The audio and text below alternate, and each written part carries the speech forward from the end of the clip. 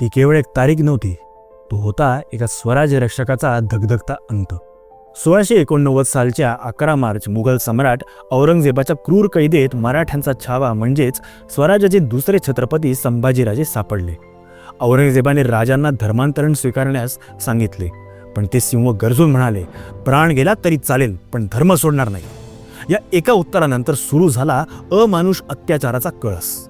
राजांना विदूषकाचा पेहराव घालून हद्दपार केलेल्या गुन्हेगाराप्रमाणे हत्तीवरून दिंड काढण्यात आली. त्यांचे डोळे तप्त स्नायूंनी काढले गेले आणि जिभेचे तुकडे तुकडे केले गेले. अनेक दिवस चाललेल्या या असह्य यातनांनंतर भीमा नदीच्या तीरावर तुळापूर येथे त्या तेजस्वी राजाचे शिर धडावेळे करण्यात आले. केवळ स्वराज्यासाठी, केवळ धर्मासाठी हसून हसून मृत्यूला सामोरे जाणाऱ्या त्या शूरवीराच्या बलिदानाची कहाणी ऐकताना आजही प्रत्येक निष्ठावान मराठी माणसाच्या डोळ्यातून अश्रू उभे राहतात. हे बलिदान केवळ एका राजाचे नव्हते, ते स्वराज्याच्या अभिमानाचे आणि हिंदू धर्माच्या निष्ठावंत परंपरेचे प्रतीक ठरले. नमस्कार मंडळी, ऐका मराठी पॉडकास्टमध्ये तुमचे सहर्ष स्वागत आहे. स्वराज्याचे धाकले धनी धर्मवीर छत्रपती संभाजी महाराजांना त्यांच्या पुण्यतिथीनिमित्त विनम्र अभिवादन. आज त्यांच्या पुण्यतिथीनिमित्त आपण त्यांच्याबद्दल कधीही न ऐकलेल्या अनोख्या गोष्टी ऐकून त्यांना आदरांजली अर्पण करणार आहोत. संभाजी महाराजांचे व्यक्तिमत्व केवळ रणवीर नव्हते, तर ते साहित्य आणि संघटन कौशल्याचे विराट रूप होते. त्यांच्या कारकिर्दीतील अशा 5 अनोख्या गोष्टी ज्या त्यांच्या अलौकिक प्रतिभेची साक्ष देतात. पहिले, 14व्या वर्षी बुद्धभूषण. संभाजीराजे केवळ शस्त्रविद्येत निपुण नव्हते, तर ते संस्कृतचे प्रकांड पंडित होते. त्यांनी वयाच्या अवघ्या 14व्या वर्षी बुद्धभूषण नावाचा एक विस्तृत संस्कृत ग्रंथ लिहिला. राजांचे गुण, त्यांचे कर्तव्य, राजकारण, युद्धकला आणि विविध शास्त्रे यांचा सखोल अभ्यास या ग्रंथात दिसून येतो. हे त्यांचे साहित्य क्षेत्रातील असामान्य प्रभुत्व दर्शवते. दुसरे, अजिंक्य शंभूराजांचा विक्रम. संभाजी महाराजांनी आपल्या केवळ 9 वर्षाच्या कारकिर्दीत स्वराज्याचे 15 पट अधिक सामर्थ्य असलेल्या मुघल साम्राज्याशी एक हाती लढा दिला. या काळात त्यांनी एकूण 120 युद्धे लढली. यातील सर्वात अविश्वसनीय गोष्ट म्हणजे त्यांच्या नेतृत्वाखालील कोणत्याही युद्धात मराठा सैन्याला कधीही पराभव पत्करावा लागला नाही. इतिहासातील असा अजिंक्य योद्धा क्वचितच सापडतो.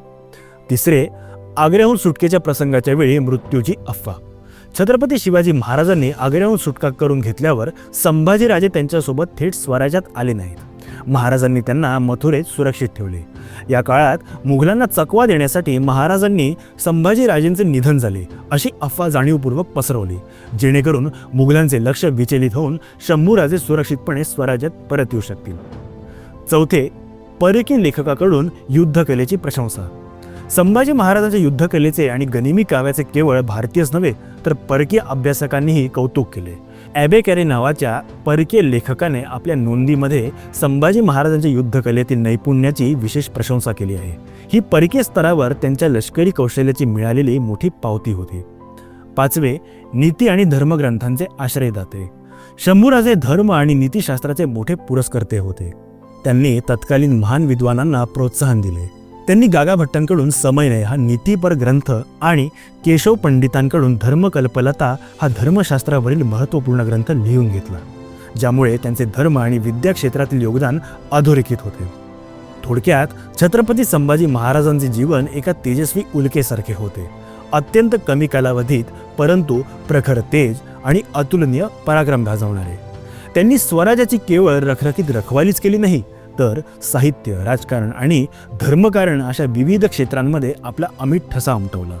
त्यांचे शौर्य, विद्वत्ता आणि धर्मावरील त्यांची अटळ निष्ठा आजही प्रत्येक भारतीयासाठी प्रेरणास्रोत आहे. त्यांच्या पुण्यतिथीनिमित्त त्यांचे स्मरण करणे म्हणजे त्या तेजस्वी बलिदानाला आणि अजिंक्य मराठा परंपरेला वंदन करणे होय. तर मंडळी, आजच्यापुरतं एवढंच. आम्हाला आशा आहे की तुम्हाला आमचा हा पॉडकास्ट अवश्य आवडला असेल. आवडले असल्यास लाईक व शेअर करायला विसरू नका व खाली असलेल्या कमेंट बॉक्समध्ये आपले विचार व मत मांडण्यास अजिबात संकोच करू नका. ऐका मराठी पॉडकास्टच्या पुढील अपडेट जाणून घेण्यासाठी आमच्या चॅनलला सबस्क्राईब करा व बेल आयकॉन प्रेस करायला विसरू नका. धन्यवाद.